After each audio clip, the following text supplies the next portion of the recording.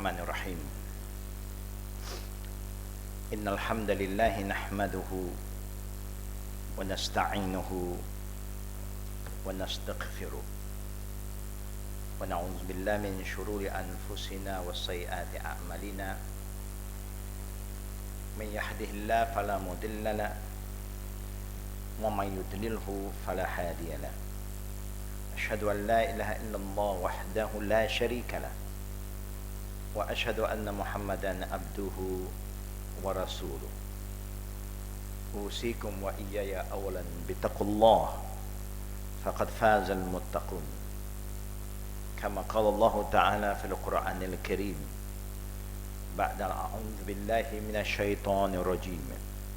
Ya ayyuhallazina amanu taqullaha wa qu wal tanzur nafsum ma qaddamat lighadin wattaqullaha innallaha khabirun bima ta'malun. Wala takunu kallazina nasallaha fa ansahum anfusahum ulaika humul fasiqun. Assalamualaikum warahmatullahi wabarakatuh. Inshallah, to all the brothers and sisters, let us begin our day with the morning invocation taught by our beloved Prophet Muhammad sallallahu alaihi wasallam to his ummah, so that inshallah will become the people who always remember Allah, and we will be under the protection of Allah wherever we are. Bismillahirrahmanirrahim. Alhamdulillahi rabbil alamin. Allahumma salli ala Muhammad wa ala ali Muhammad kama sallaita ala Ibrahim wa ala ali Ibrahim innaka Hamidun Majid. Allahumma bika asbahna wa bika amsayna wa bika nahya wa bika namut wa ilayka an-nushur. Bismillahillazi la yadurru ma'asmihi syai'un fil ardi wala fis sama' wa huwas sami'ul alim.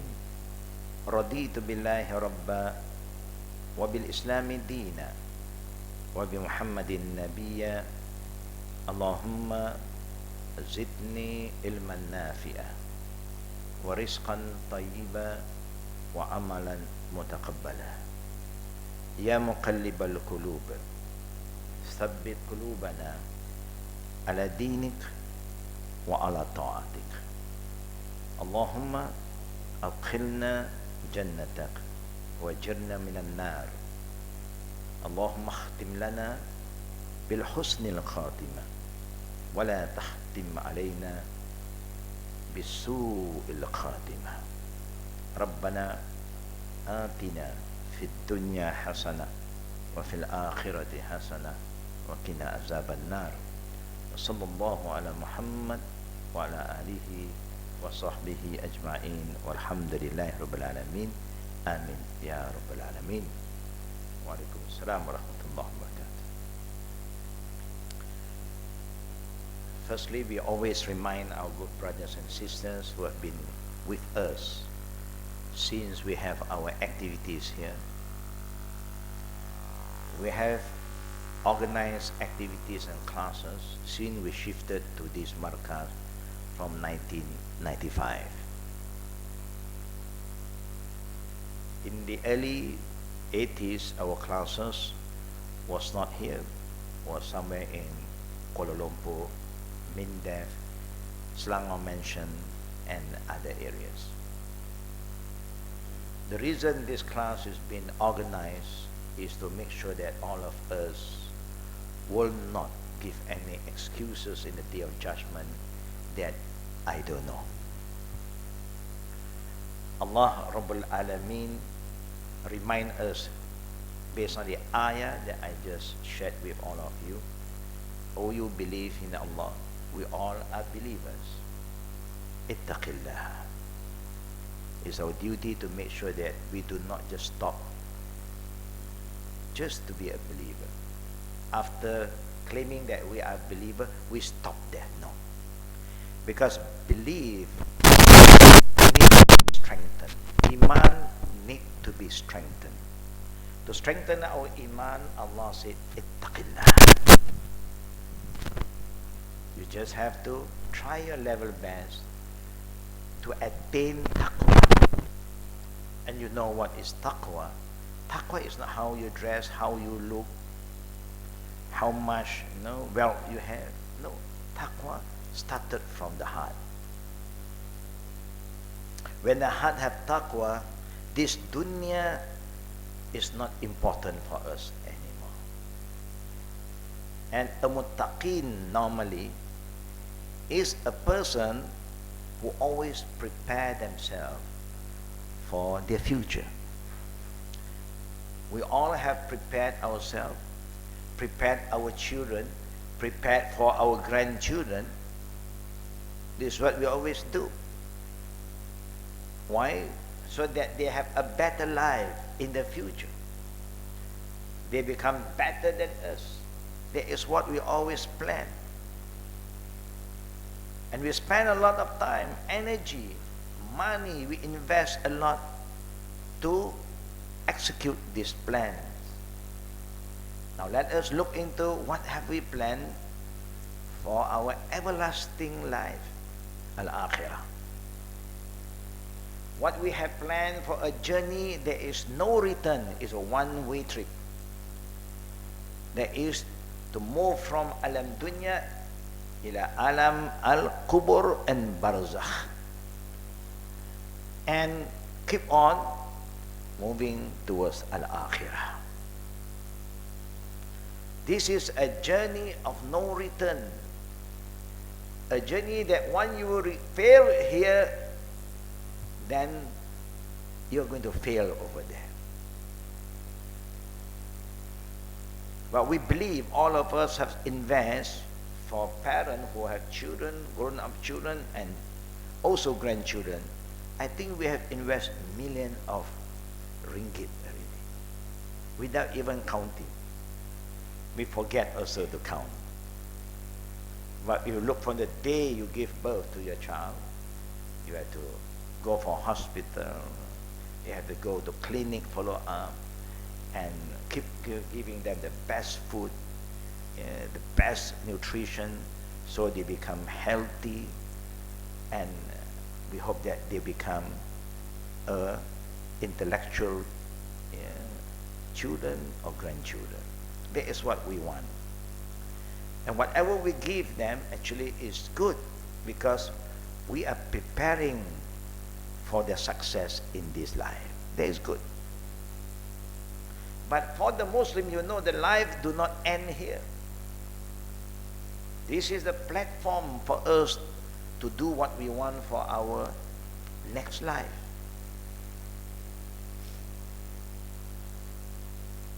The Sahaba have a very unique character. There's an incident I just shared with you before I zoom into the topic again. I like to warm up with some muqaddimah always. In the time of Omar, you know, he's one of the great caliph. And we know that Omar, when he was not a caliph, he's a very hard person. No compromise. Right is right, wrong is wrong. Khalas. Our Prophet is a very soft man.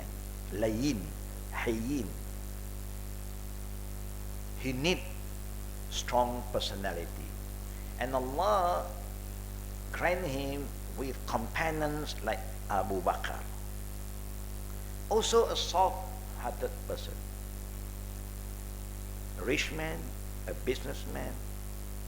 He have a beautiful wife, Khadija, a very wealthy woman, and a very humble woman, who are prepared to give everything for the sake of Allah. The same to Abu Bakr. But if everybody is soft, you cannot help to discipline the nation. So they need like Omar. Omar is very hard. If anybody that the Prophet sent go and See Omar, that means you're having a problem. No more negotiating. The same go to Ali. Then there was a war. There's always some war going on in the time of the companions, especially at the time of Omar. Some of the Sahaba was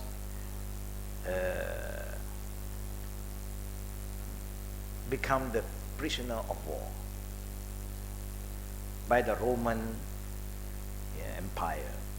The Roman king heard about the characteristic of the companion of the Prophet. Unique character. They know. So they called the soldier to bring this Sahaba to face the king. And the king offered this Sahaba freedom plus marrying his daughter. They are enemies, but now they say, I offer you my daughter. He said, no. I will not sacrifice anything for what I believe. This is the dua that the Prophet taught his ummah, and when they recite this dua, they act upon the dua. Not like us. We may make prayer, make dua, but no action. Just lip service. Ya muqallibal qulub, sabbit qulubana ala dini wa ala ta'atik. Oh, the one who control the hearts of every one of us. Who control our heart? We thought that we control. We also cannot control our heart. That's why our heart keep on flipping. One day moody, one day happy, one day sad. One day I love you, tomorrow I hate you. One day you are angel, tomorrow you are devil. Our heart is always flipping like that.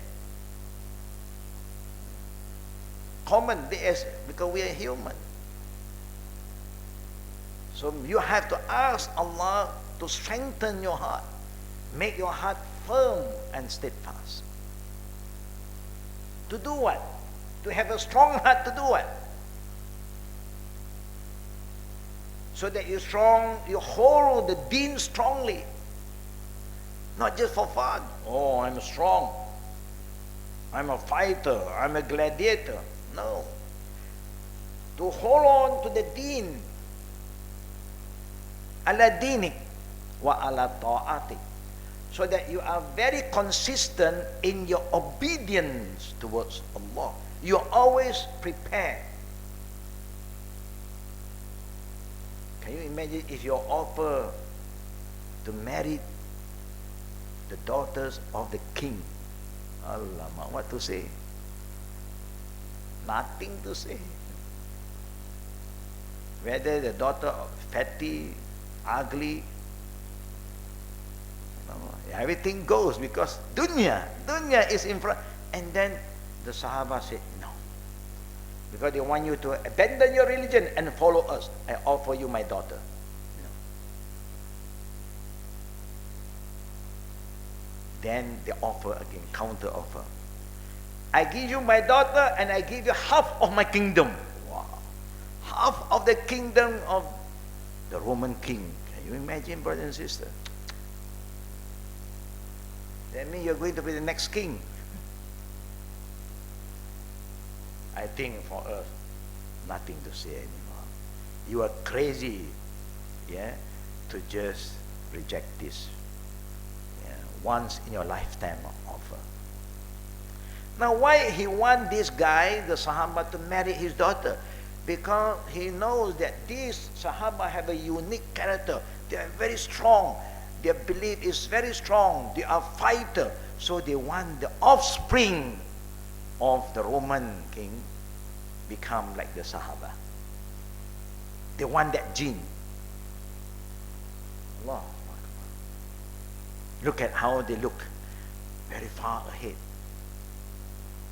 They're not talking how you look like. You want that gene. They want that kind of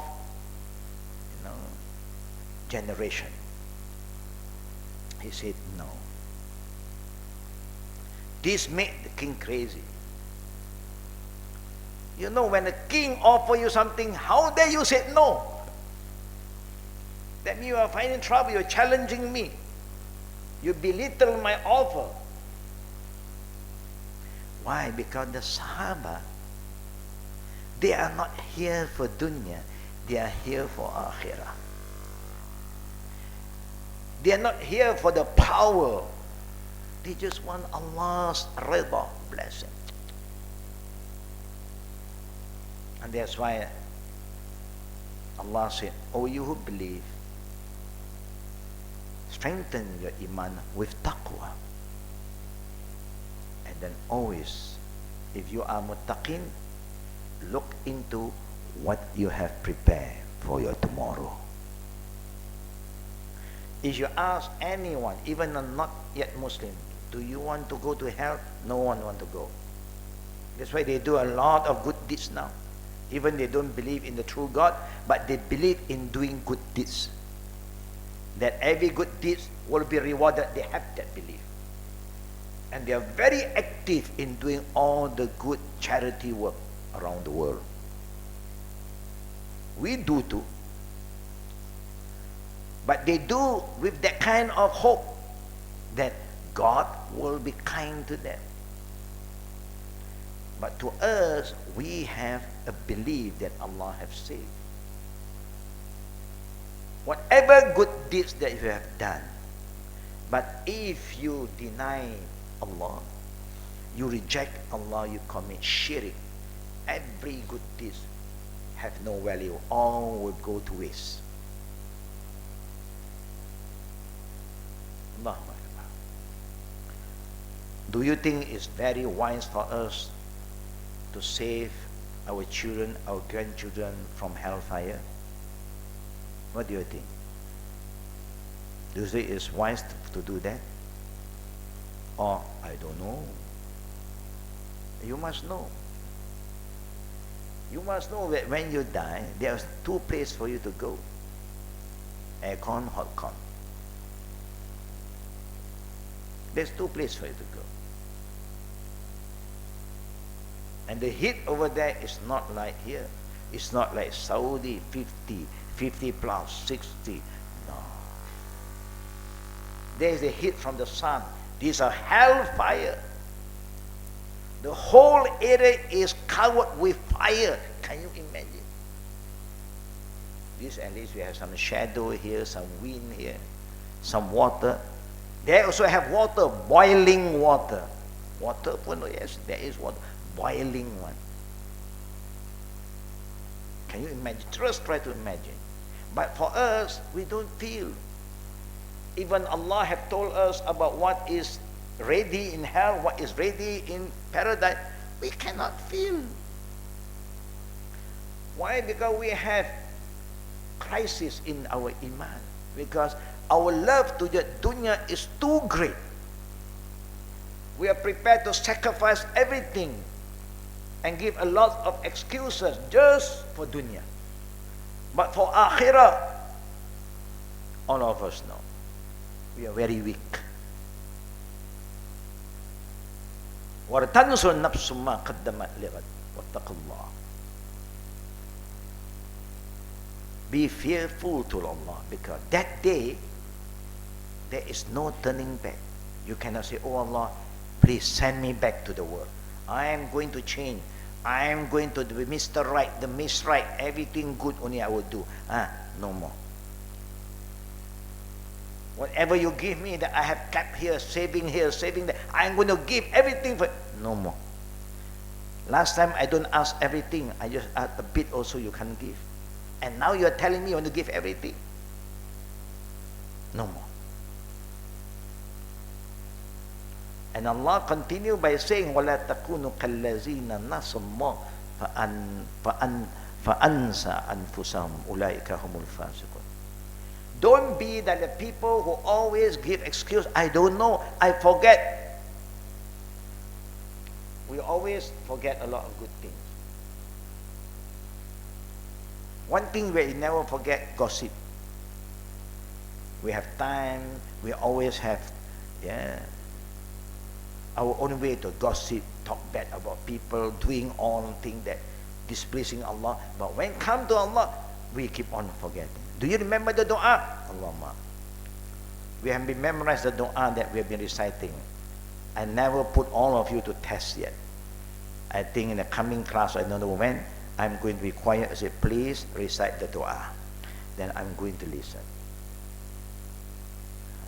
Then we'll see how many of us memorize this dua. And when you forget Allah, easily you forget who you are. And when you forget who you are, your ending fasiqun. It's easy for you to become disobedient. It's very simple. Now the topic that we are going in is more on dua. But before we go to this dua, let me share with you one of the saying of the Prophet. It is very, very important for all of us to make some changes within ourselves.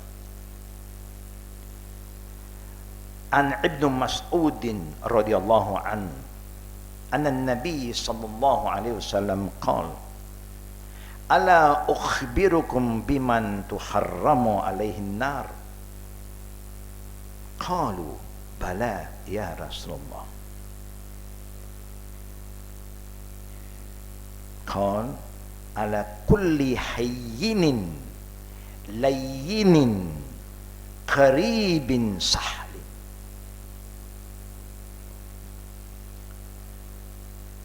The Prophet sallallahu alaihi wasallam, according to the Sahaba Ibn Mas'ud,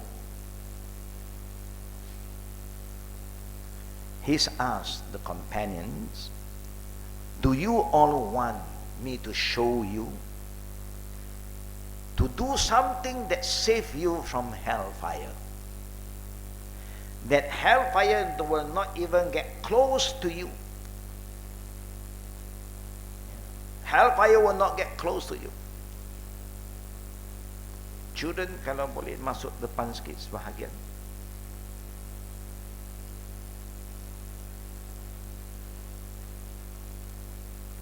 Some of the brother, if you can move forward a bit, inward, to give space for the latecomers so they don't block their passage. These are the students from our tahfiz school.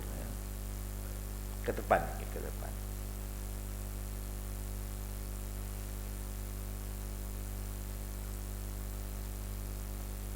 Sebenarnya duduk sana pun tak apa, di belakang, jangan depan pintu saja. Ya. Duduk, duduk. Sini pun boleh duduk anak-anak kamu. Masuk sini. Jangan depan kamera, ya. Jangan lalu depan kamera. Masuk. Duduk di bawah.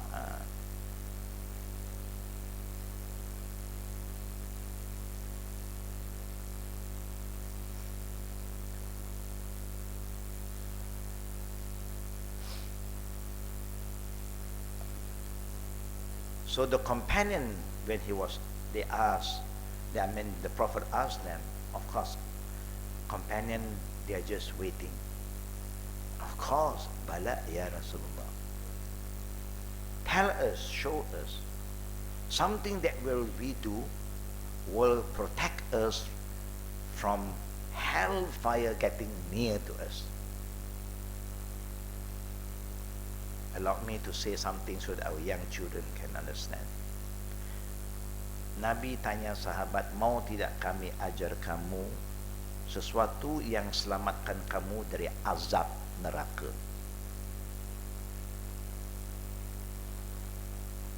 They said yes. Mau ya Rasulullah. So the Prophet continued by saying, ala kulli hayyinin layyinin qaribin sahlin. This 4 character is very important. 4 sikap yang boleh selamatkan kita dari azab Allah Rabbul Alamin.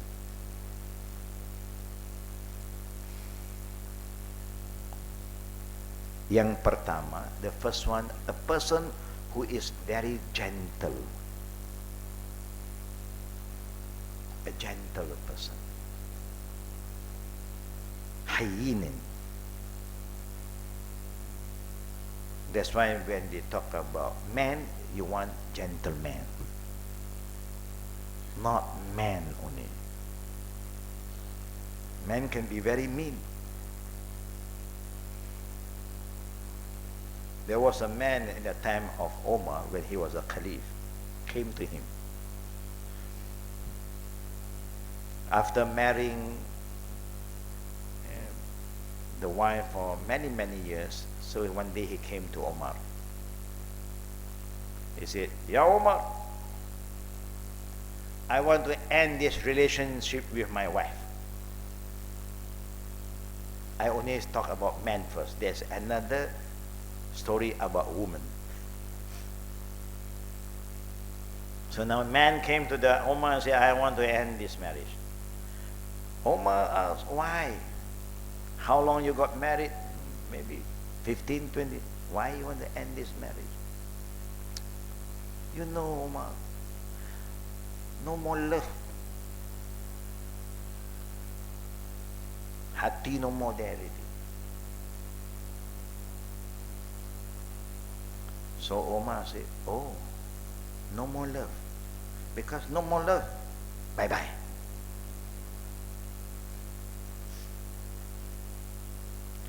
He said, marriage in Islam is not just based on love. It's response, mau'izatil wa rahmah, mercy, care. Even you don't have the love, but you should show mercy, be caring. It's like our parents, sometimes they don't like us, but they still care for us. When you ask for help, they'll help you. It's not just purely love. That is just love story, movie. But marriage is not just that. There is go up and down. When you always listen to your husband, he loves you. When you argue with him, his love drop. When you go against him, drop again. And you do it always, then the heart been cut. It's common. The same go to the woman. Omar don't allow. He said, no. You still must care for her. You still must show mercy to her. Protect her. Allahu Akbar. Back to the hadith. Gentle. So, the Prophet is a very gentle person. Number 2 is called hayyin. Hayyin, layin. Layin means polite. When they talk, they choose the best word. Not hard. A soft word. Very polite. Thank you, minta maaf, sorry. These are all polite words. Jazakallahu khair. Give a smile. These are polite action. Not rude. A very kind person. Qarib. Qarib means a person is easy to approach. Friendly person. You are somebody but quite easy to approach. Tak banyak protokol. Is that good? Sometimes. These are people who had good character.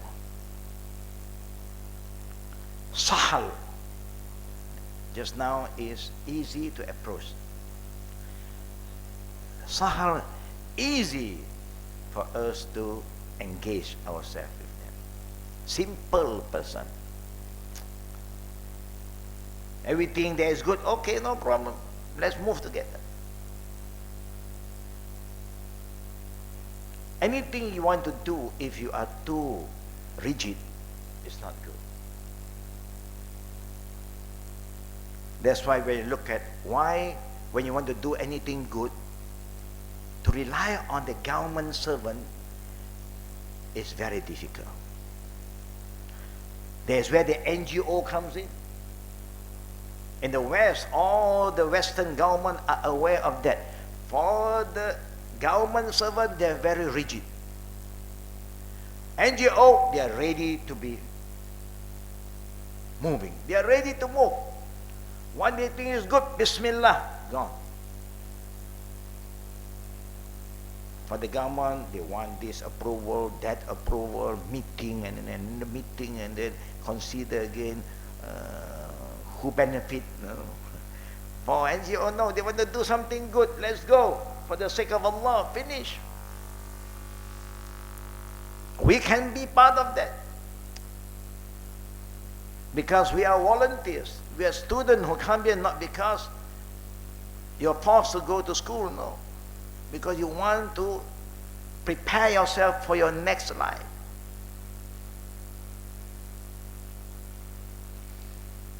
So remember this 4 quality. Ingat 4 sifat selamatkan kita dari neraka. Hayyin, orang yang lemah lembut. Lain, orang yang sangat berhati-hati bila dia bercakap. Use the bad, tidak kasar, tidak kurang ajar. Number 3, orang yang senang kita berurusan, tak banyak sangat protokol. And number 4, ya orang yang mudah untuk kita buat sesuatu. So this is some of the saying I like to share with all the good sisters and brothers. Mudah-mudahan anak-anak kita juga cuba memiliki sifat-sifat yang mulia ini. Bila cakap, hati-hati guna bahasa yang baik, jangan tipu, jangan kasar, maki orang, no using of bad word, cursing word, no. Is that easy, brothers and sisters? Is that easy? Sahal. It's not difficult. You don't know, you learn. Just be control. Whatever you want to say, just think.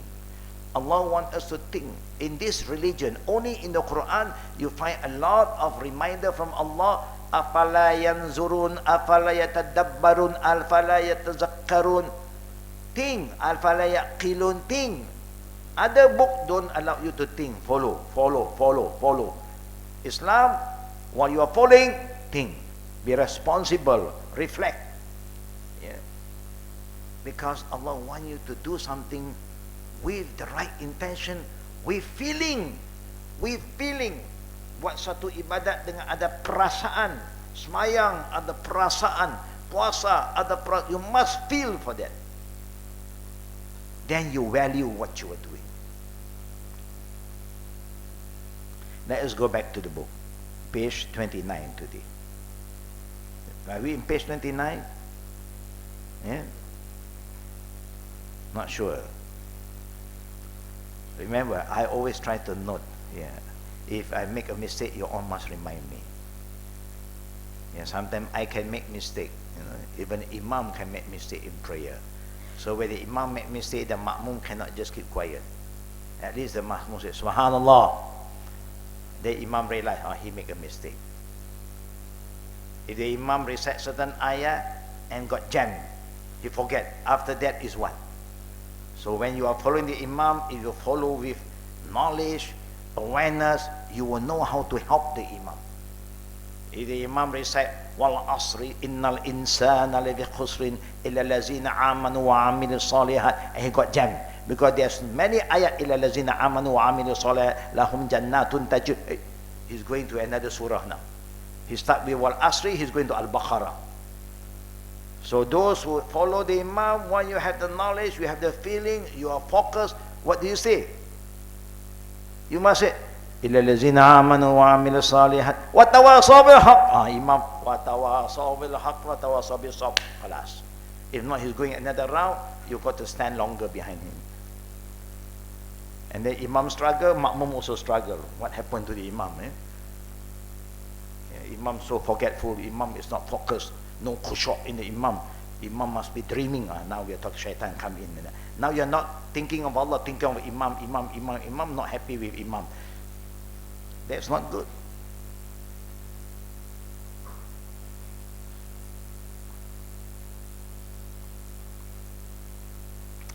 The last dua reported by Aisha radiallahu anha that we have covered last week, that some of the dua that the Prophet used to say is Allahumma inni a'udzubika min azabil qabr wa a'udzubika min fitnatil masihid dajjal wa a'udzubika min fitnatil mahya wal mamat. Allahumma inni a'udzubika min al ma'tham wal maghram. This is part of the dua. Many dua. We have recited that. We have gone through that last week. The only thing that I like to remind the meaning again, you ask Allah to protect yourself from the punishment, the torment of the great azab kubur. And then may Allah protect us from the fitna of Dajjal. Fitna of Dajjal is here to twist and turn. What is halal become haram, what is haq become batil, and so on. Everybody today is said, we must follow Quran and Sunnah. Alaykum bis sunnati. Alhamdulillah. What we say is so true, correct. And jama'ah, correct. Nabi, Prophet also said, jama'ah. Alaykum bil jama'ah. Then what did the Prophet say? Did he continue? Yes. Wa sunnatil khulafa ar-rashidin. Follow the sunnah of my Khalif, the four famous Khalifa. Follow them. Now we don't want to follow them. But you are saying, we want to follow, we don't want to follow this and that. But then in reality, you are not following. These are the fitna. And we seek protection from the fitna in this life. We are not living here forever, but the short time we have in this life, there's a lot of tests from Allah. We know 2018 we are tested with so many things. 2019 we are going to be having more problems. We just finished our state level meeting last week. Under the state government, we are discussing about the reality that we are facing. The judge was there to tell us what really happened, cases that he has to handle.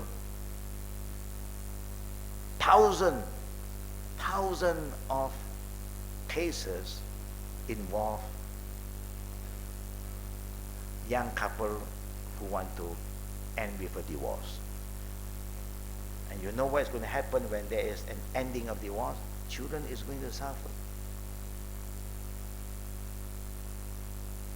And we heard the latest info that no, the government is looking into curfew for youngsters. How is the response of the youngsters? Not happy. Want to control us. You want to be our nanny? Yeah, we have to be your nanny because you don't have to behave yourself. We have to do something. At least Allah will ask you, what have you done when you have the authority? I have done my best, but they don't want to follow. But if you don't do anything, of course, you cannot say that, oh, I don't care. You must care. A person who thinks about the future of the young generation, they must care.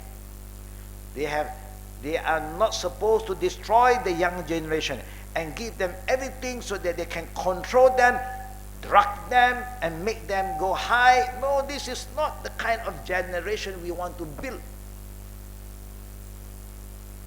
We want to prepare the generation to be tough. And in the same time, they are hayyinun, layinun, karibin, sahlin. Anytime you want them to do anything good, they are so easy to respond. Any voluntary work, they can come so fast because they are easy people. That's what we want. And when they talk to the elders, they are so polite, respectful. They are not rude to the elders. There is the kind of society we want to build to save the country and to save the future generation.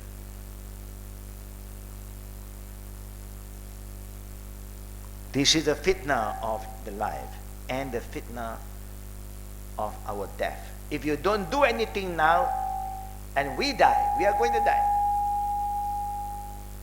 And the children that we left behind is going to go astray. It's a fitna. We never left behind a legacy. You must learn how to leave behind a legacy for yourself. Like how the Sahaba, all the Prophet have left a legacy that now millions of people are saved because of their legacy. What legacy have you left behind? Yes, a car for my son to use, a house. What are they going to be using your car for? Maybe they use your car to supply drug. Are you happy with that? What are you going to say about your house that you give it to your children? Now they turn out to be a mini pub, or a place to gather all the same gender and to do whatever they want to do. Everything goes. That kind of environment you want. We have to plan. And the problem today with the ummah, the fitna we are facing today, is that we are getting more divided. Islam is here to unite us, but we are getting more divided and more divided. Sometimes we thought we are doing some good thing by great so-called Islamic activities, what people have been doing, Jama'ah have been doing, we want to do the same thing. We overlap, and then we have, our energy is gone. We do not get strengthened, get together and get united in doing anything that benefit us and our future generation. We don't do that. Everybody want to do their own thing, and we know we don't have enough resources. Whatever you have, you are not happy, you want to do your own thing, do your own thing, do your own thing. Everybody gone case. And this is what's happening to the ummah today. What people have been doing, our Jummah, you just come in and join and move on. And get your children to come and join and move on. Then we will die, we will go, and then they will come in and they will move on. And that's how we unite the ummah.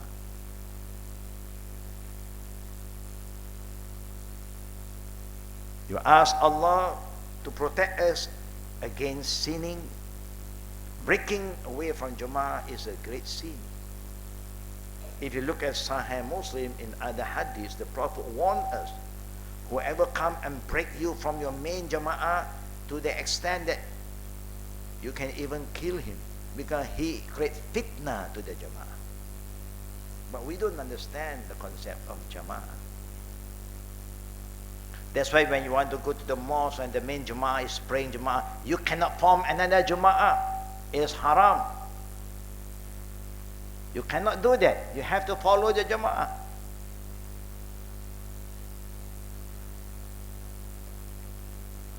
And also we ask Allah to save us from makhra, indebtedness.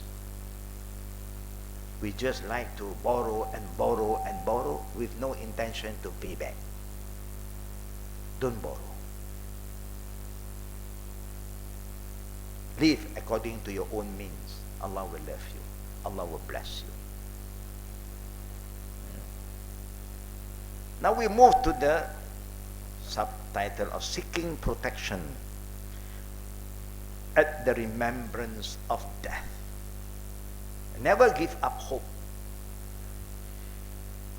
If you are too busy to remember Allah now, we hope you are not busy to remember Allah when we are dying. You know, sometimes we are so healthy now, so many things to think. Now also you are sitting here, your mind is thinking something else. Where to have lunch? I'm going to meet somebody after this. Very active, this mind, Allahu Akbar. But you are not prepared to save your soul. Al-Barzakh ibn Azib, one of the companions of our Prophet ﷺ, reported that he accompanied the Prophet ﷺ to a funeral for a man from Ansar. That means the Prophet was going for the funeral and he also was with the Prophet. They reaches the location of the grave, Maqbara, before it was dug. That means before people start to dig the grave. The messenger, Prophet Muhammad ﷺ, sat down facing Qibla. And his companions sat around him quietly. They are very, when they're companions with the Prophet, the beauty of the Prophet companion is they don't get busy with their own dunya. They just listen. If the Prophet want to say anything or what the Prophet is doing, they always are very alert. They learn everything that they learn from them. We are learning too. Alhamdulillah. You know why they can record the saying of the Prophet? They learn and they write down. Those who know how to write, they write it down, they remember. And that's why until today we can hear companions saying that the Prophet said, because they do not just be there and then after that, what did I say?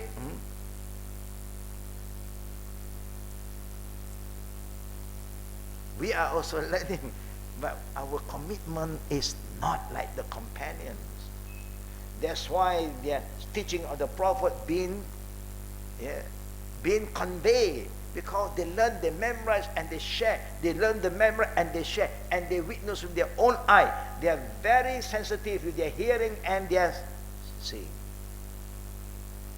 That's why we organize outing, we organize activity. We want all the children, Jama'ah, to come, be easy, come, and then see how we do things, and be very sensitive to the environment, so that we all work together and pick up all the good value, especially for our children. Now they learn. Now today we don't learn. We listen, yes, but no follow-up. So the Prophet sat down and the companions sat around him quietly, as if afraid to disturb birds perching on their head. Very silent. They show respect to the Prophet. They don't speak until the Prophet starts to ask them. Because that's how you learn. A fast learner is a person who are very alert with what they see and what they hear. And if you're busy talking, then you won't listen to what the Prophet is going to say.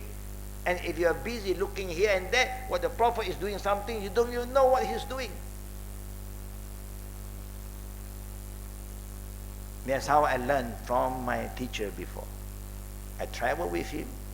When he talked, I just listened how he talked, his body language.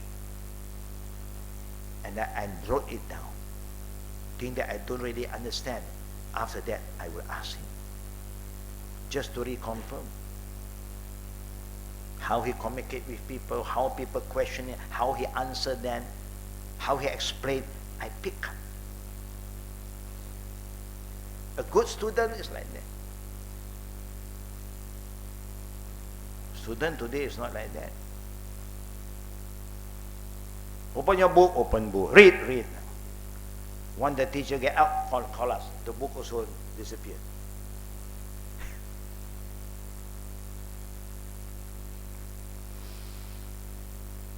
So the Prophet held his hand and a stick with which he moved the earth. That means the Prophet always walked with a walking stick, something. The Prophet looked towards the sky, then toward the earth, raising and lowering his eye 3 times, up, down, up, down. Then he urged them. Then he reminded the companion, Istaizu billah min azab al-qabri. Seek refuge with Allah from the punishment of the grave. They are the grave. Normally when you go to the grave, what do you do? What do you do? Most of us, what do? We don't even reflect. Those who like to gossip still manage to gossip with somebody. Busy. Everybody is busy with their own thing. They're not thinking, hey, what should I do when I enter the grave? Oh, I don't know. I should ask some scholar. What should I do? The adab of entering the grave. Do I just enter the grave and say nothing? No. At first you give salam. Assalamu alaikum ya ahlal qubr. Wa ala diya mina mu'minin wa muslimin wa inna insha'Allah bikum lahikun. How many of us memorize that? You don't even bother to ask. And some imam also forget. And the people at the grave, the deceased is coming. And a lot of people forget what they are supposed to do, what they're not supposed to do there. A lot of people just don't care. They thought their grave is just another place. But this is a place for you to reflect. Once you go down, all your friend is going to say bye-bye already. Don't think your friend, hey, okay, stay on, don't forget me. Just leave me alone. Who is going to stay there with you? Even earlier we make promise, we live and die together. No, you die first. I want to go home. Only word said, live, die together. Word. These are all beautiful words, but non-practical. Nobody want to do that.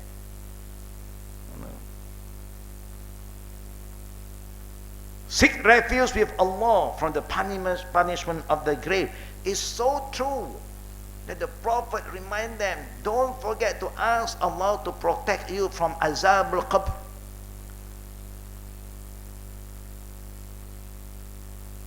Now the boys, anak-anak, azab kubur, dua dosa. Bila buang air kecil, tak basuh baik-baik. Tak basuh. Ya. Bila kita buang air kecil, buang hajat, tak basuh. Masuk kubur, diazab. Especially the men, when you go for the call of nature, you don't clean yourself properly. Azab kubur is going to come. The second, those who like to gossip.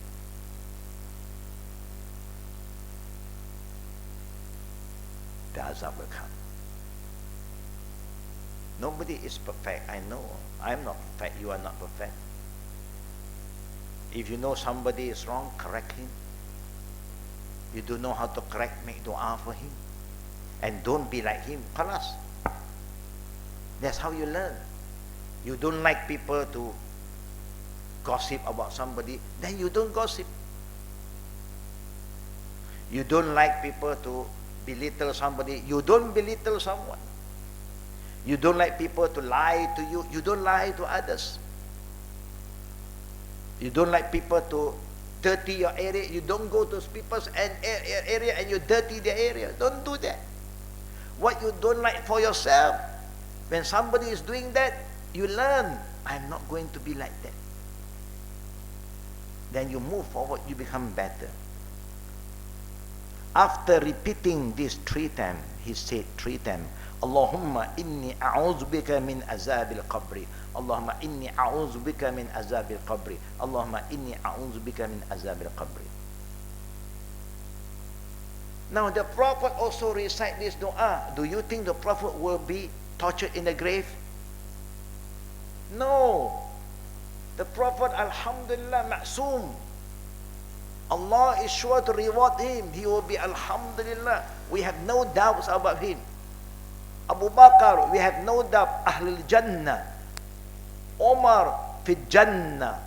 Osman, Jannah. Ali, Jannah. Because the Prophet said. We also have Abu Bakr a lot today. We have Omar everywhere also. We have many children named Osman, more Ali. Where are we going? Can we go to Jannah too? Can we or not? Yes, try your best to do what they want you to do. The Prophet said, Alaykum bi sunnati wa sunnatul khalafa rashidin. Follow the sunnah, my sunnah, and the sunnah of my righteous Khalifa. They are the best example for you to follow. Why you go and follow other people when Allah and the Prophet want you to follow the righteous people? You choose your own people to follow. Don't you want to follow people that Allah have choose for you? We are very confused, very confused. Whose aqidah belief? That's why even Allah said, فَإِنْ آمَنُوا بِمِثْلِ مَا آمَنْتُمْ بِهِ فَقَدْ اهْتَدُوا. If you want to strengthen your iman, you want to have the right aqidah, right belief, you should believe like how they believe. That's what Allah said, not how you want to believe. You follow the aqidah of our Prophet and the Khulafa ar-Rashidin, as-Sahaba. You cannot go wrong. But when you follow the other aqidah, only Allah knows what is going to happen to us. But the way we talk about Islam today, like Islam belong to me, my way, what are you talking about? And you always ask Allah, Ihdina siratul mustaqim, Allah, guide us to your way, to the right path. But you ask the right path, but you do the wrong path. Na'uzubillah. I don't know whether we understand what we are talking about or not. Do you understand that, brother and sister? Sometimes when I listen to what people are saying, I also don't know where they get all this idea.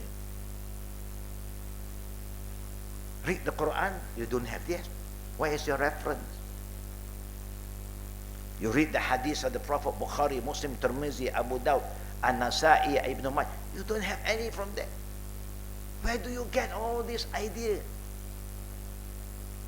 Oh, saying here, say, Astaghfirullah.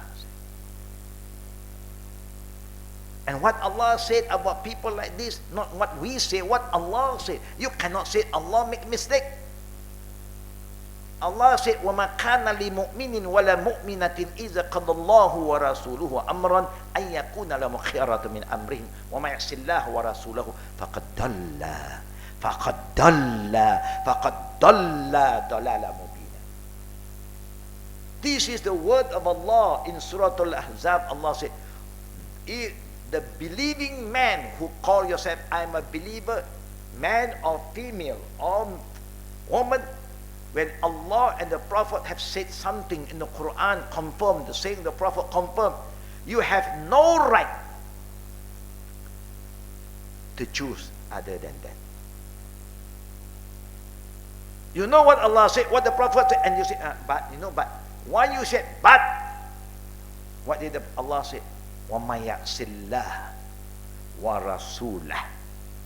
You have go against Allah. And you against His messenger, Prophet Muhammad. You think you know better than Allah?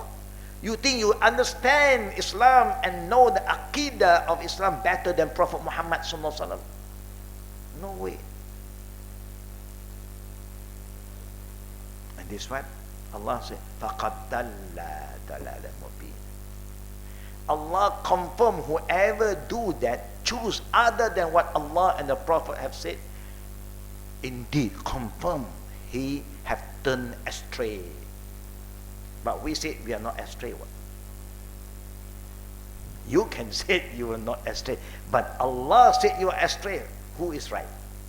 You are right or Allah is right? Brothers and sisters, please be careful. When Allah sent down the Quran, Quran has been preserved. Inna nahnu nazzalna zikra wa inna lahu lahafizun. We protect the authenticity, and you still don't want to follow. How can you say you are right? You cannot. It's the feeling that shaitan put into you. It's okay. we are still right. That is the feeling that shaitan put. And that's why the imam of the teacher of Imam Shafi'i, Imam Malik,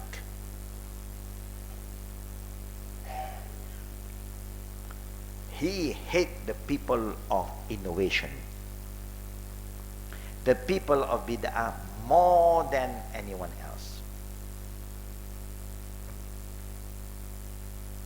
You know why?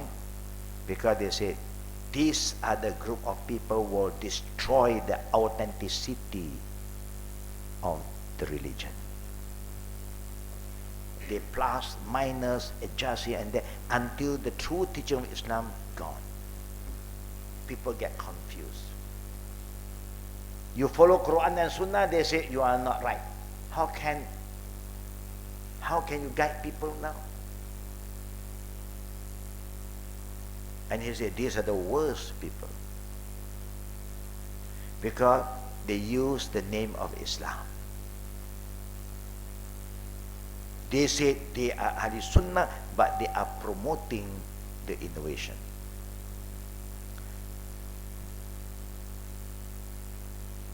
They say you must have the right Aqidah.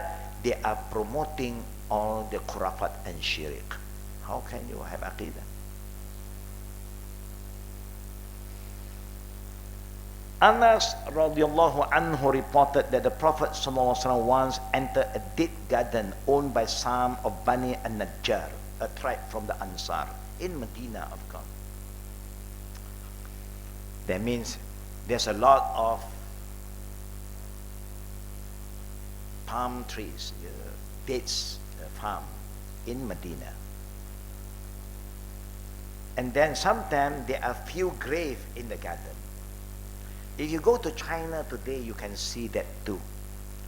In China, if you go to the outskirts of China, there are a lot of empty land.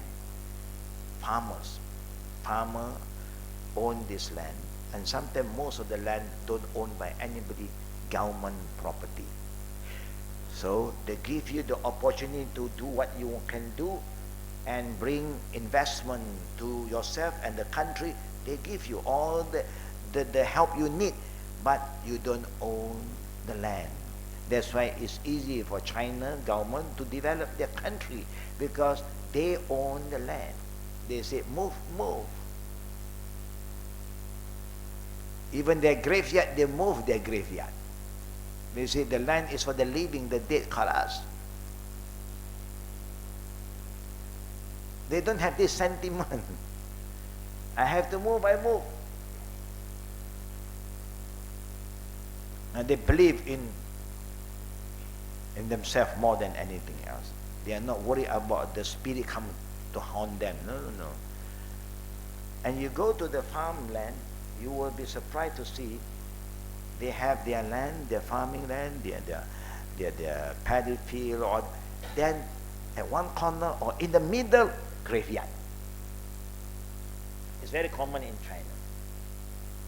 Because for you to bring the dead so far away and you buy land and so expensive, you better just isolate one small corner around the farming land and then you make it a graveyard.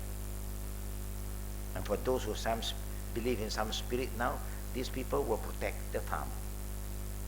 Khalas. I don't need any security. I have the good spirit to protect my farm. When people want to come and do anything in the farm, they saw the graveyard. Oh, don't play around. Maybe the maqam is there, the wali is there. They're looking at you. They leave you in peace. And there is some of their belief. Those who don't believe, they don't believe. Those who believe, they say, let's put the graveyard in the middle of the farm. Yeah, because I do travel there on and off, and then they always bring us for a tour. And then we went and have the graveyard here, graveyard there. And easy. Prophet Muhammad ﷺ heard from their direction a sound that alarmed him. He asked, Man ashabu hazil qubur? Who are buried in this grave? The Prophet was there, and there's a sound that Allah allowed him to hear. So he asked, who was buried here? He was told there are some people who died during Jahiliyyah. So he said to them, Ta'awuzu billah min azabil qabri wa min fitnatil dajjal. Seek Allah's protection from the punishment of the grave and from the trial of Ad-Dajjal. Now each time the Prophet, when he is in the environment, he always reminds people, seek refuge, seek protection. Now I just want to ask all of you who have been to the graveyard on and on, did anybody remind you about that? But what are you doing at the grave normally? You bring flower, water. There's enough rain in this country. A country like the Middle East is desert, dry. They don't even allow you to bring water. You want to waste that water? You bring water, they will drink. The living one who drink, not the dead one. You want to decorate the graveyard? They will take your flower, they will decorate their house. They don't need this decoration. What are you doing? You just have to make dua for them. And you must make dua for yourself too. Because one day you are going down. You are going down. And you have to ask, what have you prepared? We all must ask. Now we are 2019 now. Are we going to be like 2018? No, we are going to move forward. So we are going to be more active, more productive. I want to get involved. I want to get involved. What can I do? You all must come forward, and then we will tell you what you can do. But if everybody after that you are busy, then of course we cannot help those who don't help themselves. Bring your children. Some of you, alhamdulillah, brought their children today, even they don't follow 100%, but alhamdulillah, they are here. It's better you let them at home and they have a gadget there and they are connected with other world now. And they don't learn. These are few things that I like to share with the brothers and sisters. And now, see how beautiful Islam. We are not dead yet. But the Prophet is teaching us now how to face death. What to do. What to decide from now. Do you think you can make dua when you go down there? Down there, no more dua. You have no more dua. You are gone. You just listen for question and answer. Khalas.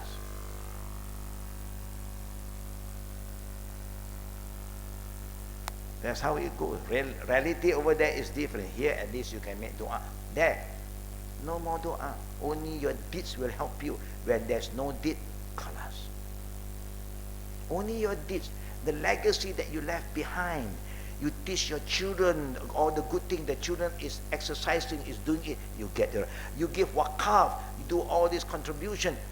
People are using all the wakaf to do something good. You get it. But for you who don't do anything,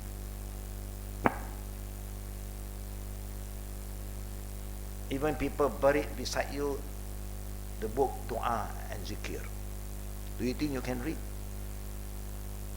Do you think Allah allowed you to open the book there? Marabuka, wait. Allah. Like that? No. Don't ever imagine like that. But now, no, we have all the smartphone we buy for, the one can last for 1 month. You on. And if a question and answer, we also put the sound. You know, when question, answer. You think you can do that? You can try. Even the gadget can answer. But the angel don't ask the phone, he asks you. You must answer, not the phone. It's like the people who want to protect their house from the bad spirit. No, I said, read Al-Baqarah. The Prophet said, warm your house with Al-Baqarah. But they have no time to read Al-Baqarah. They have a lot of time eating beef. But not Surah Al-Baqarah. They drink cow's milk. They eat beef. But Surah Al-Baqarah, no. But those who are very smart, they say, I invite Imam Haramain to recite Al-Baqarah. Wow, you must have a lot of money to bring the Imam all the way from Mecca to read Al-Baqarah at your house. Yes. Confirm, he just buy a CD of the recitation of the Imam of Haramain. And then he just put it there for the whole 2 hours. Al-Baqarah finished. You think in the CD, the angel is going to ask the CD? You think the shaitan run away because the CD also part of shaitan's plan, part of his conspiracy. Make use of this to divert people. Islam is here to teach you. You do it. Not only CD is there to help you, but hardly we want to listen to any Quran recitation. Singing, oh good. Song, yeah. Quran, no time. I don't know why each time the Quran on, I get sleepy. When the music on, oh, my body is moving. Muscle, mashallah. The whole, everything move, you know. My heart move, my eye move, my hair move, everything move. Come to Quran, silent. Alhamdulillah, our children don't have the problem. They are the tahfiz children. Yeah. Now let us look at this hadith.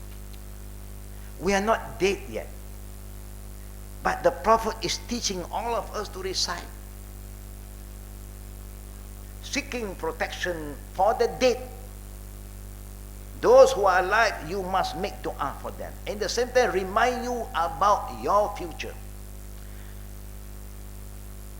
Auf bin Malik reported among the prophets, once said during a janazah prayer, part of the dua for the janazah prayer, Allahumma fillahu warhamhu wa afihi wa'fu anhu wa akrim nuzulahu wasi' mudkhalahu waghsilhu bil ma'i wal thalji wal bardi wa naqqihi min al khataya kama yunqqa as-thawbu abyad min ad-danas.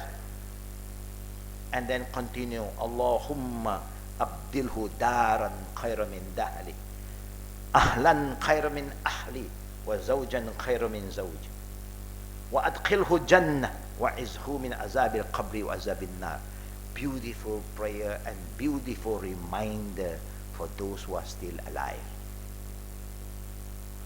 And all of us must teach our children know how to recite, so that when we go, they know how to recite. We don't even ask our children, have you memorized the dua? They don't memorize. Then how are they going to pray for you?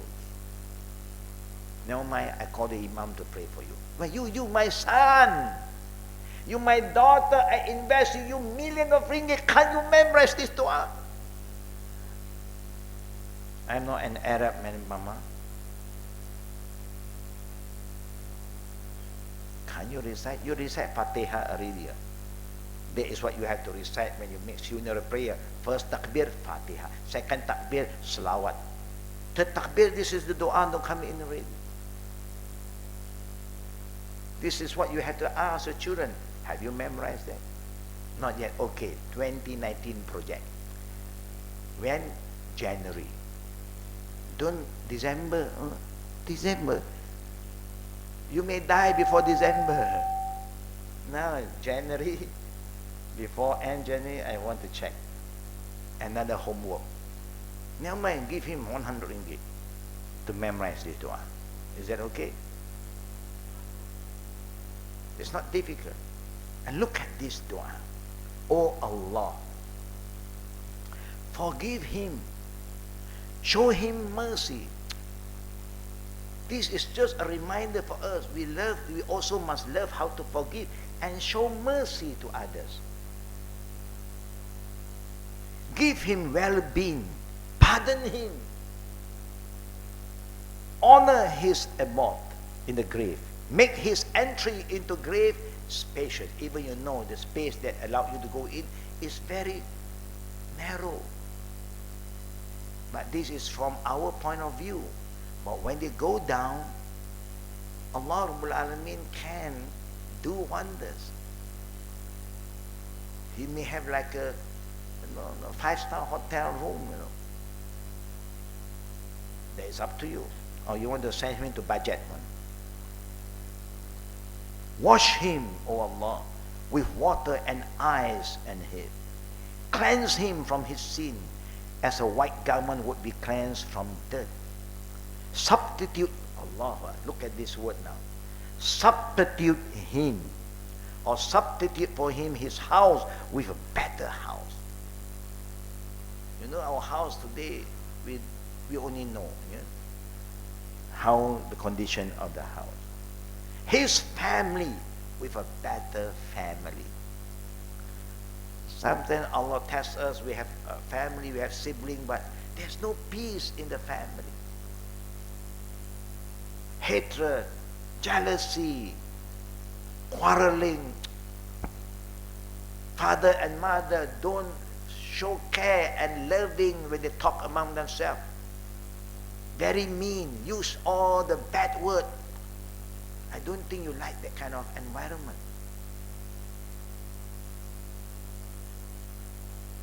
We want to have a better family and a better spouse. Can you imagine? The dua is very unique. You love your husband, but you recite the dua, give him a better spouse. You don't want him anymore. You don't like him anymore. Maybe you skip this dua. I don't want this dua. No. I want him. But this is the dua from the Prophet. Whether you like him or not, you also don't know whether he like you or not. Do you know that he like you? We don't know. He just tolerate you only. Just have patience. Okay, what can I do? No. For the sake of the children, for the sake of the friend, maybe. We don't know. But of course, you can work towards it. You don't worry about this dua. Say, if you really want him, you work hard, do what he wants you to do, you will go to Jannah too. And Allah will ask you, what you want, and then you say, I want my husband. Inshallah, he give you your husband. But I don't want the old man anymore. Don't worry. Your husband will not get old there. That's why the old woman came and asked the Prophet one day. He said, Ya Rasulullah, can I go to Jannah? The Prophet looked at her. No. She was so sad and she cried and she walked away from the Prophet. The Prophet realized that she got the wrong understanding. Called the companion, bring her back. Then the Prophet said, what I mean is that in Jannah there's no old people. So even you are old here, when you die, you go to Jannah, you will not be old anymore. Your age is around 30 to 35. Wow. Can you imagine? And healthy. You don't have any headache, migraine, this pain, that pain, no pain, because no clinic, no doctor, no hospital. 100% fit. And no toilet also, you don't have to worry. No stomach pain, no toilet, because there's no toilet. Just enjoy your life. Allahu Akbar. You just imagine how is Jannah. And how do you look like? How do you look like? Young and what? Allahu Akbar. The Prophet said all the men look like Yusuf alayhi salam. Allah. Of course, you don't want the same look anymore. Too long. The wrinkle and all this, you put cream and look ugly. I want something, when I look, I feel like, and The Prophet even said, each time you look at him, his handsomeness will increase. Wow, you are better than yesterday. And you look more younger. It's just like that. Every day when you look at him, you feel so happy again and again. It's not like us. Every day you look at him, when he's going to go. Huh? The same go to the sisters. If you want to be together, you work hard, be more patient, thorough, please your husband. Anything that not against Allah, please. Even you are not happy, never mind. Happy here just for a while. You think other people can make you happy also? You go to other people, you don't know. Worse. You always look at the other side is more greener. This is what the shaitan tell you, but sometimes the other side, just from far you saw green, you go in, it become grey. You don't know. Only Allah knows. But you do what you have to do. Be patient for the sake of Allah. You will see Allah will reward you. A better spouse than the spouse we have. Admit him to Jannah. Even you don't like him, he scold you. You say, oh Allah, let him go to hell. No, don't do that. You don't make people go to hell. Make him go to Jannah. Even he has been so wrong, he hurt me every day, make him go to Jannah. But don't worry, brother and sister. If he don't like you, or you don't like him, but let him go to Jannah. But then when you go to Jannah, inshallah, you don't see him anymore.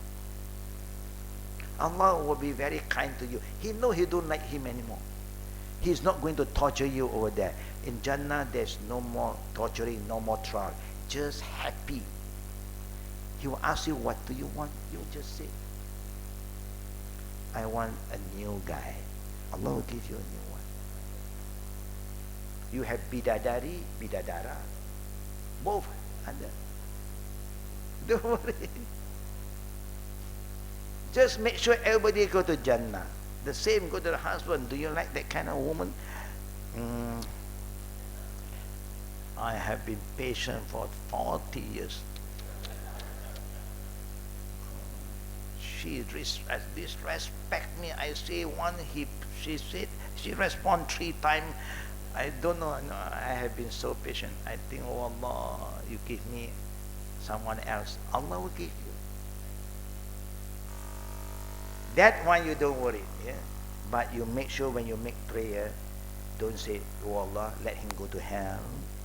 No, he's a bad guy. Next week with the will of Allah, then next week, I think we are still around. If Allah will. We'll talk about the other part. First, I talk about the man complained to Omar. Yeah? You still remember that complaint? Good. Family is not just love. No. More than that. Of course, you have love, it's good. If you still don't have love, but still good. Because you have been together, hard time, good time together.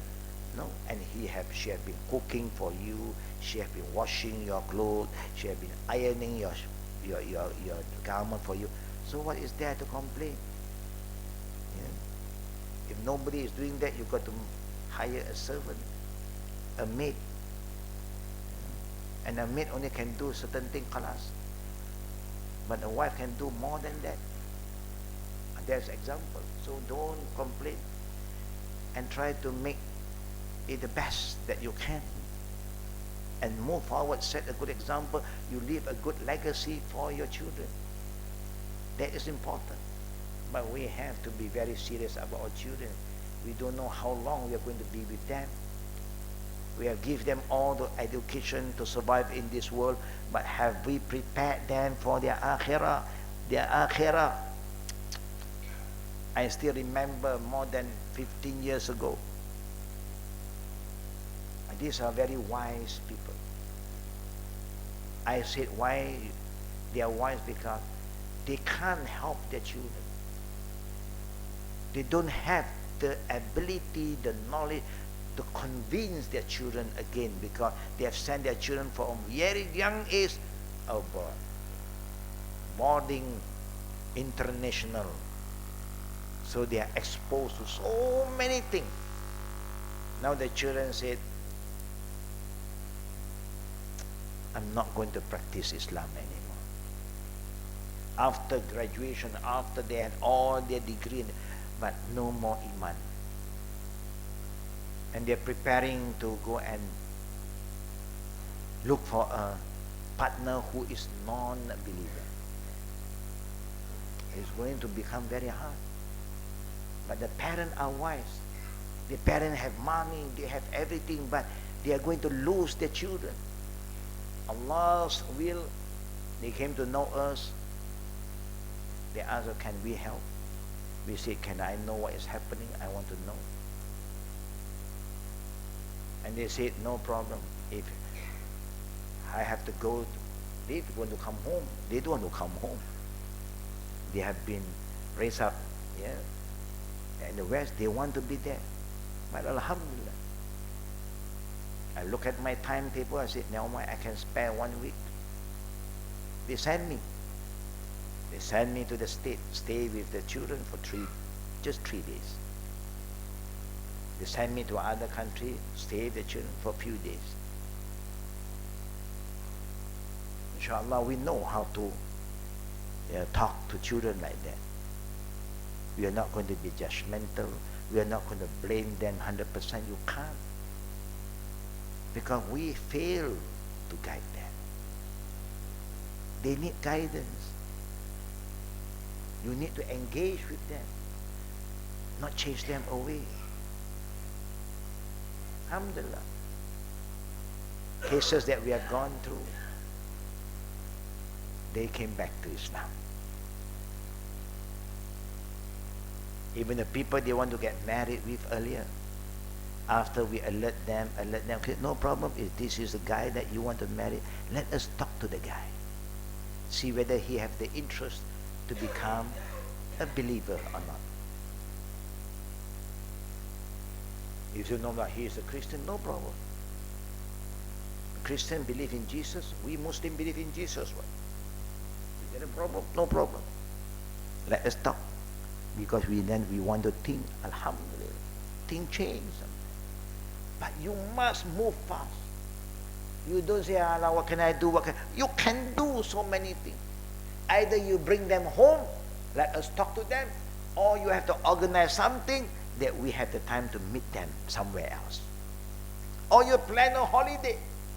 Children love holiday. I give you another plan in the future. But children plan cruising. You know cruising? Ship, they cannot run anywhere. 3 nights, 4 days.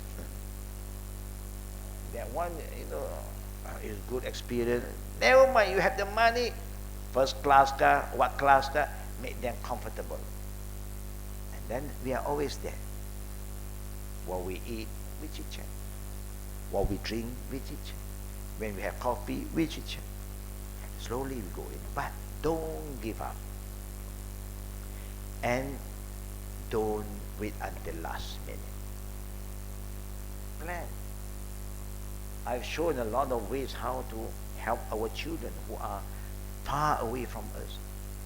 You don't blame them for that. We are the one who send them far away. We are the one who start this kind of lifestyle. But now we realize, Alhamdulillah, we have to do something before it's too late. At least if something still go wrong, we have done our best. We have done what we have to do as a parent. Qu anfusakum wa ahlikum nara. Allah says, save your soul and your immediate family from hell. Inshallah, we try. Wama alayna illa bala. Our duty is to convey. The one who is going to give hidayah is not me, not you, is Allah. But you must do your part. May Allah make it easy for all of us. Please try to memorize this dua. I think most of us have memorized the dua, Allahumma inni a'udzubika min azabi qabri wa azabi nar wa min fitnatil mahya wal mamat wa min fitnatil masih dajjal, because we recite in our daily prayer. Keep on, keep on. If others, Allahumma fillahu warhamhu, this is when you are praying for the deceased. Yeah? And we hope that we will like to pray for the people who are dead today.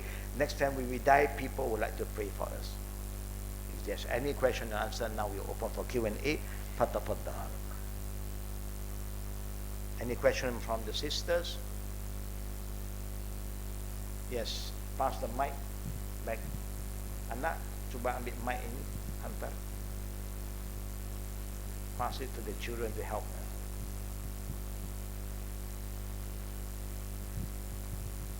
Assalamualaikum warahmatullahi Ustaz. Waalaikumsalam warahmatullahi wabarakatuh. Okay, I'm sorry I was a bit late, but I was listening to your lecture in the car, and you mentioned that if we find something that is wrong, we try to correct it. Well, that's what I've been doing, but I've been accused of being judgmental. So what do I do?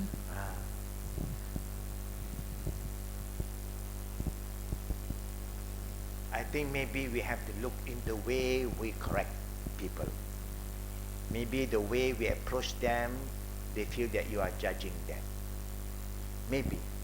We are good, we mean well, but maybe the approach that we use is not helping them. You see, sometimes to advise somebody, that's true. They say, who said that? I didn't say that. Oh, it's not from you. Alhamdulillah. Is it yes? Any comment? And no, I just want to understand further. What do we mean by that? That's how I approach. I don't want to judge you first. I want to understand why you say this and what do you really mean. After that, if I think that what you say is totally wrong, then if I remember the verses of Allah, the verses, the saying of the Prophet, I will quote their saying, not me. I remember the saying of the Prophet. He reminds us. Now, I'm not saying I. The Prophet is telling us. I just want to share this saying of the Prophet with you. Then I think they will feel different. You are not judging them. Neither you say they are wrong 100%. You are just saying maybe they misquote. Yeah. So I do not know how. Next time, if possible, if anybody that you feel that they are doing something wrong and you want to correct them, you can just call them out first. If you still have problem, you let us know. Let us communicate with each other. I give you the tip and then you try it that way and see how they respond. Yeah, that will be the best way.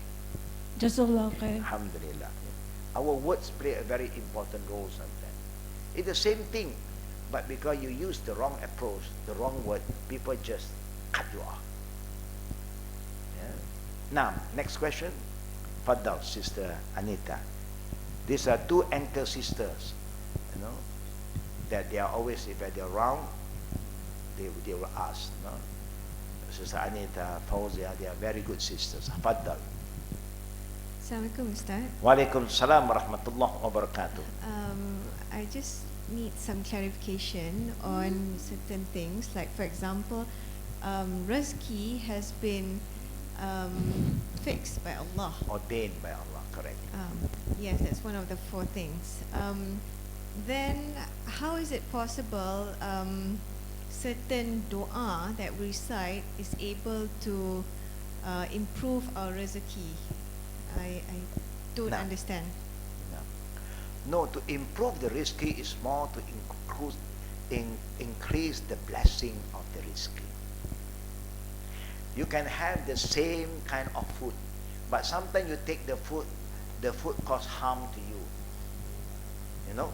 But sometimes you ask for more blessing. Now this food even is little, but it's enough for you because of the barakah, the blessing. Yeah? Now again, rizki. What is real rizki? Risky, according to the teaching of our Prophet ﷺ, is what that you have eaten, what you have drank, and what you have wear, that is yours. It's just like now you have some money, but the money you cannot eat. When it's your risky? You're risky in with the money you go out and buy, but when you buy some fruit, you think that it's your fruit. But then you got into accident, other people will eat your fruit. It becomes your risky when whatever you have now turned into food and you consume, you are eating it now. That is your risky. That is the real risky. Like our money, we have kept it, but if you die, who is going to make use of the money? Not you. The living is going to make use of it. Risky is what you have eaten, what you have drank, what you have all. That is your risky. The rest is not risky yet, but it's just that you are the keeper. You have some property, you are the keeper. When you turn into food, you consume. Mine, halas. Who want to take it from you? No one. So we ask Allah for halal rizki, halalan tayyiban, mubarakan fihi, and blessed by Allah. Ustaz, I was under the impression rezeki is also encompassing good health. Okay, yes, very true. Rizki is not just food, drink, money. Good friend is a rizki. Good neighbor is a rizki. Good health, a good country they are living in peace is a rizki. Knowledge is a rizki. All these are rizki. It's not easy to get good friend. When you have good friend, it is really a blessing, a rizki. That's important. Your health can become your rizki. But don't misuse your health to do things that is not good. Use your energy to contribute to do some good work. Maybe one day you want to, I also forget the children, I may want to inform them. We have a spring cleaning here, example. Everybody come and do the cleaning and work together, make sure that our place where we always want to be here is clean, is good. No, good for us, good for everybody. You have to plan something. Maybe somebody who's good in that skill come to me and says, no, I like to do cleaning. What can I do? I say, can you form a committee for spring cleaning? Okay. And then now you're active. You are not just, because cleanliness is part of Iman. Example. We want the environment to be good. And what more we can do? Look, I also do not know. I don't have the time to look at all these things. And somebody who are very particular look at oh, we want to make some changes here. Yeah, we want to replace. Why not? For the good. Everybody can do something. That's why I'm saying, whatever you're good at, don't just waste it. Leave some legacy. Pass it down. Do it. Can you imagine, brothers and sisters, I'm ashamed sometimes, do you know why? I feel bad sometimes, do you know why?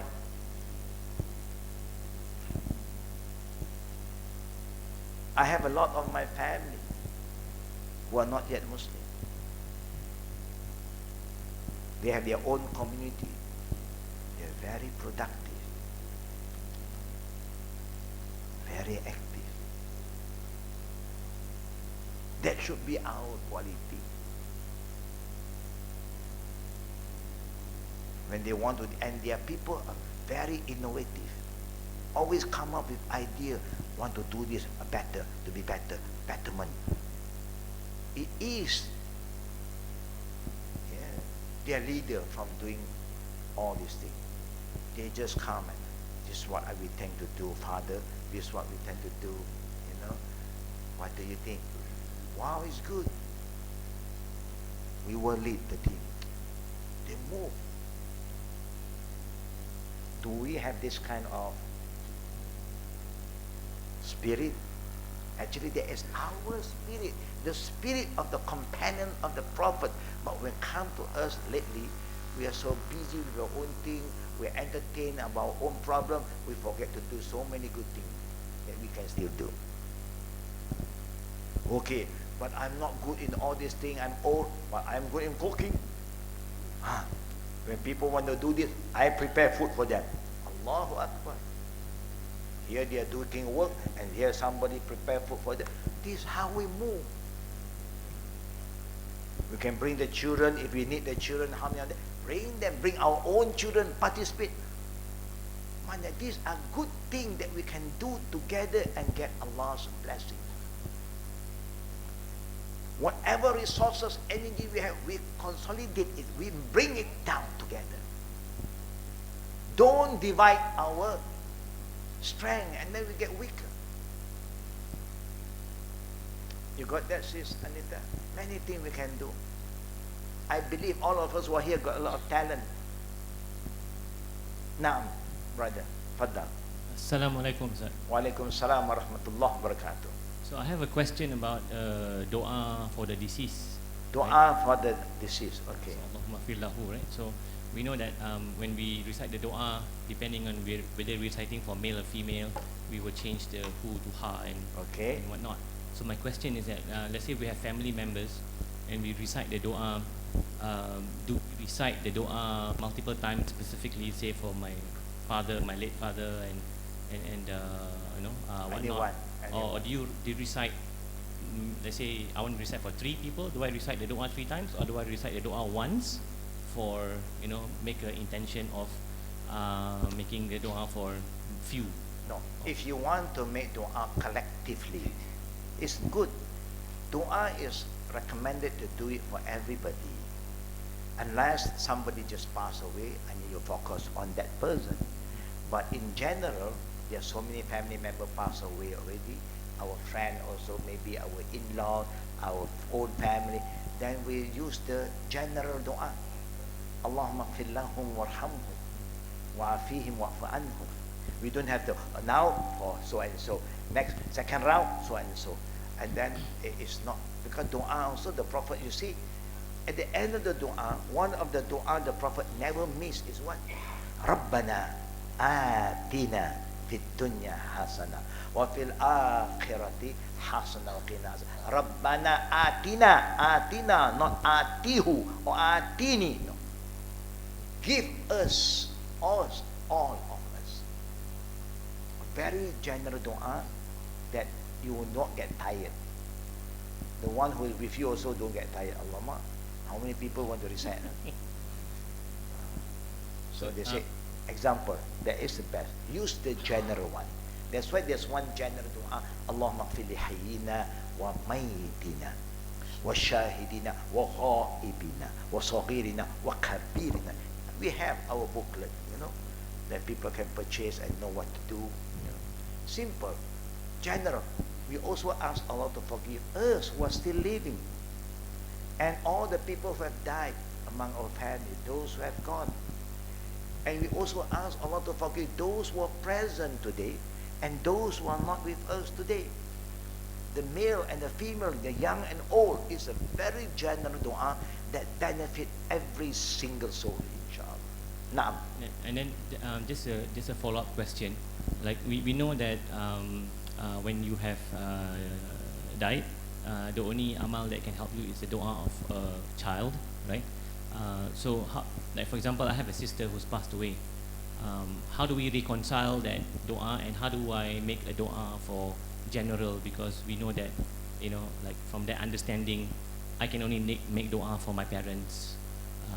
So, how do we reconcile those differences? No, both is allowed. Only the Prophet is trying to tell us is the mata ibn Adam inqata amalu illa bi thalatha sadaqatin jariyah ilmu yuntafa'u bihi wa waladan salih yad'u lahu. The Prophet is now reminding every individual.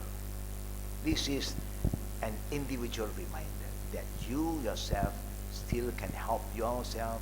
If you have property, you have left your property in good hand. Waqaf, sadaqah, and then if you have some knowledge, you have depart your knowledge to those who are still living, your family, your friend. And if you have children under your care, or your own biological children, or your nieces, your nephew, and you help them to be a better children, and they make dua, it is your investment. That hadith is just tell you about what you yourself can do before you die. But the general dua is for everybody. We don't want that. Do you pray? No lah. Somebody will pray for me. How about your reciting Quran, your fasting? Never mind. Somebody also will do for me. I have money. I just you fast for me. You also pray for me. Well, if that is how you want to handle your life, you know what is your ending. Money is not everything. But that hadith not contradict with the general hadith. The general hadith is teaching us how to make a general prayer. But that hadith is just a reminder to every single soul what you can do and prepare for yourself. Now, sister, pass back to the sister behind. Alhamdulillah.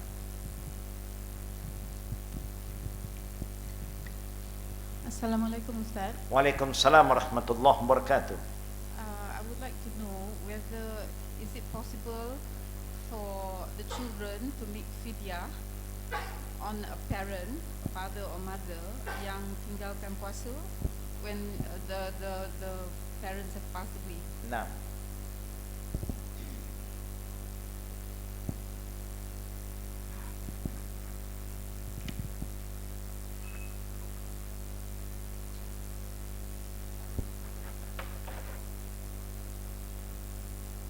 the question from the sister, is it possible for our children or family members to pay fidyah on behalf of the dead, our parent or any of our close relative?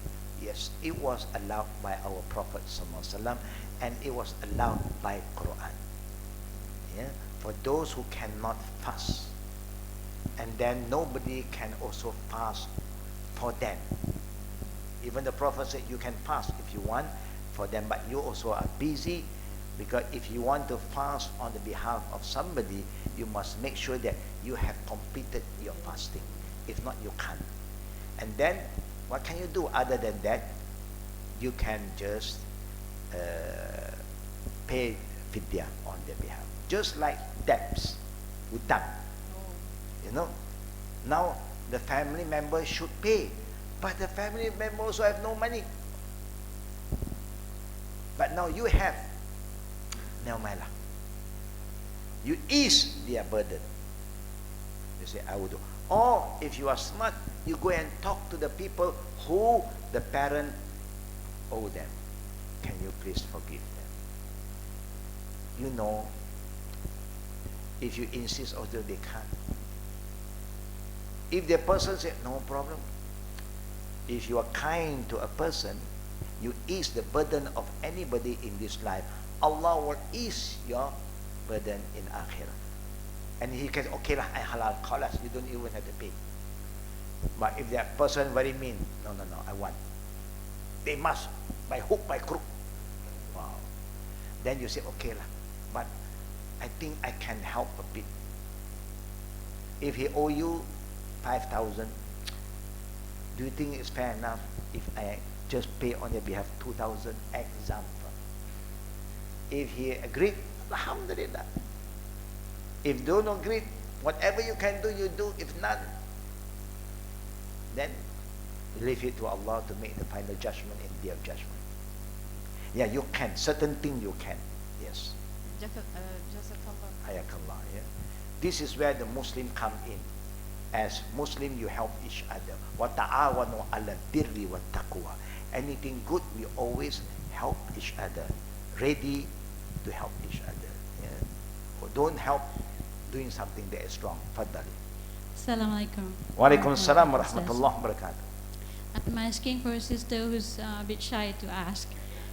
She listened to YouTube in which the speaker was saying that it is sunnah to consume meat once a week, and he refers it to either the Quran or the Sunnah that she cannot remember whether it was from the Quran or the Sunnah that he referred it to consume meat once a week is a sunnah.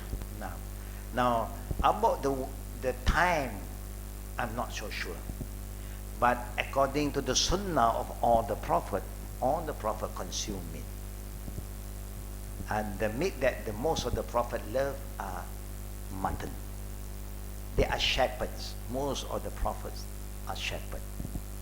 So it's something that the Prophet ﷺ himself do that. So if it's a sunnah, yes, it's a sunnah to consume meat because the prophets consume meat. But to say once in a week, that I'm not so sure yet. If we can check further, if there is, alhamdulillah. Yeah, if not important to know, the important thing that consuming meat, drinking milk, taking dates is a sunnah.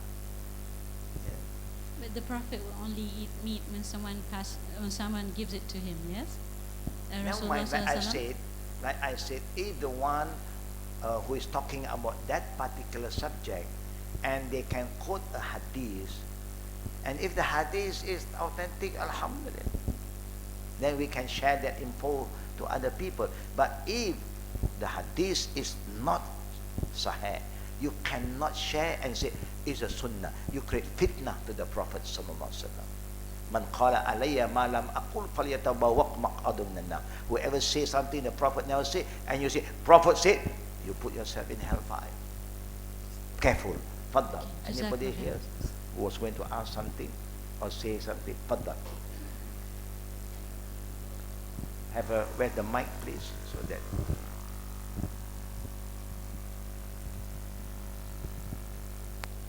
Faddal.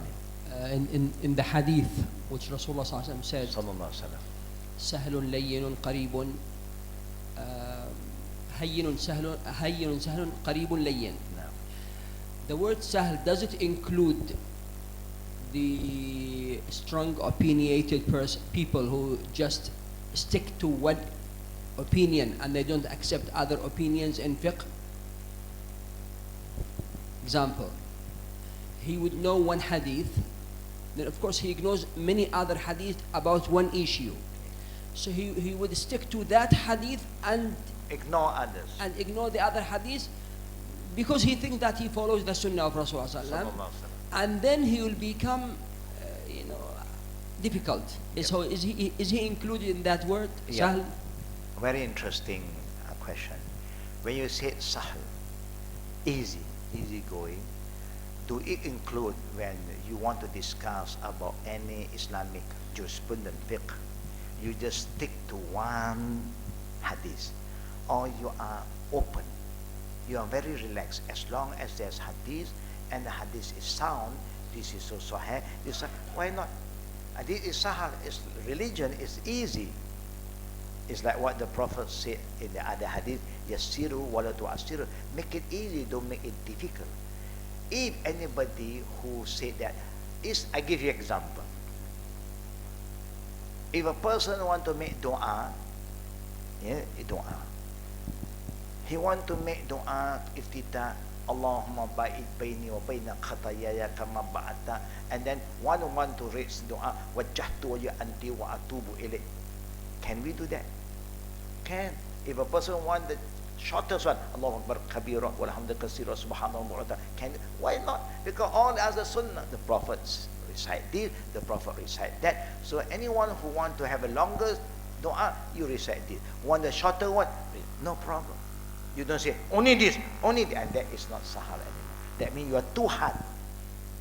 Yeah, you are too hard that you ignore the other sunnah. You see, sometimes the people who love the sunnah can go too extreme. Why?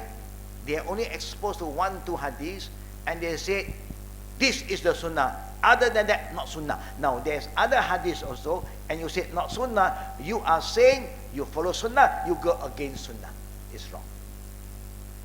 Following sunnah means you're open as long as anybody who tell you something and there is hadith to prove that this is from the Prophet, alhamdulillah. And you can be exposed to that. You can accept, I also want to do that, no problem. That would be the correct intention. Because if not, we have problem today. We do have problem. We thought that Even the Prophet sallallahu alaihi wasallam sometimes, and he showed us in his time. But of course, you cannot use the same theory now. Oh, if the Prophet is alive, I think he will agree with me. You cannot say that. And now we have that problem. They say, in the time the Prophet never said, but some companion does that. And the Prophet endorsed. Okay. That because it's the taqrir, the Prophet also agreed. But now you cannot use the same term. If the Prophet is here today, I think he also agreed with my idea. No. You know, what have been agreed, khalas. Final. What Allah said, Al-yawma akmaltu lakum dinakum, khalas. But of course, when you talk about implementation, you must use a lot of wisdom. Wisdom include understanding the environment. Wisdom include understanding people's mindset. Understand the culture. All these are part of wisdom. Give you a simple example. It's a sunnah for the Prophet ﷺ because he always dressed jubba. So are you going to tell people you talk sunnah, you don't wear jubba? What sunnah is that? Chinese sunnah? What are you trying to tell me? You want me to be an Arab? Abu Jahal also wear jubba where he went. Abu Lahab also wear jubba. As long as you cover your aura, make it simple. If you like to wear jubba, alhamdulillah. I never comment about your jubba. What you comment about my dress? Unless I'm dressing something wrong, you can tell me. I will be very thankful. No problem. Sometimes people will say, oh, Sheikh Hussain is sunnah. You see, he hardly wear jubba. Or sometimes I wear jubba also. But the jubba color is not sunnah. You don't wear white. You want to choose white. Oh, it's a sunnah. I also have white, not say I don't wear white. But sometimes when you travel, you think you better use a colorful one so that it lasts longer, easier. I mean, don't go to that area. You go to that area, I also have no time to entertain. I know you are coming from a different area now. Example. So, when Islam is easy, make it easy. But not to the extent there's no dalil. And then you can say, Islam. No, you cannot say anything about Islam using the word of Islam without dalil.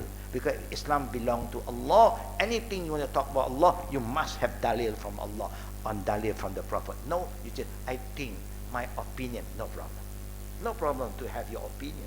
That's why you are allowed to ijtihad for the right purpose, for a good cause. But you must have the knowledge. When can you ijtihad? Then everything goes, no problem. I find Islam is a very simple religion. And that's why it makes me very proud and happy to be a Muslim. And that's why it makes me feel good to help the younger generation. And most of the teenagers who come to us, they feel easy with us.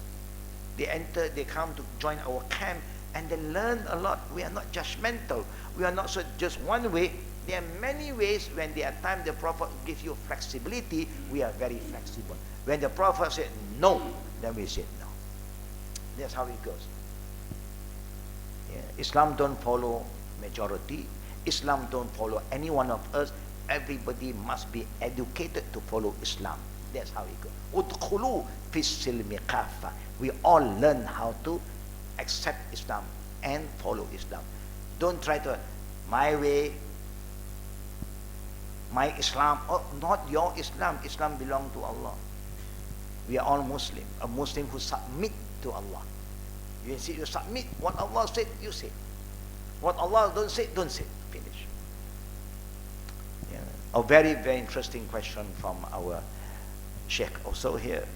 He is a teacher teaching here and there. But once again, brothers and sisters, please, 2019, make it a very productive year for all of us. Whoever are good in anything, please come forward, tell me. We have many things for you to do. We only need your humbleness, to come and approach us. So, and you can see, then you can see, mashallah, Now, whatever skill you have, you are using your skill now. It helps us, it helps our children, and it will make us a better ummah. The action ummah, not the theory ummah.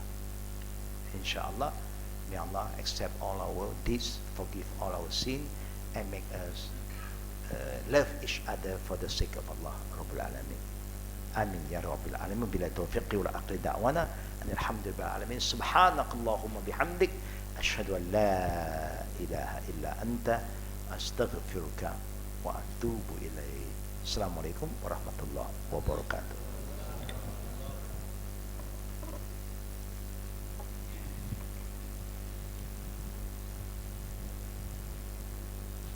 Hari ini berapa hari bulan? Berapa hari bulan? What is the date today? 20, 20 years. Oh, today you didn't ask question.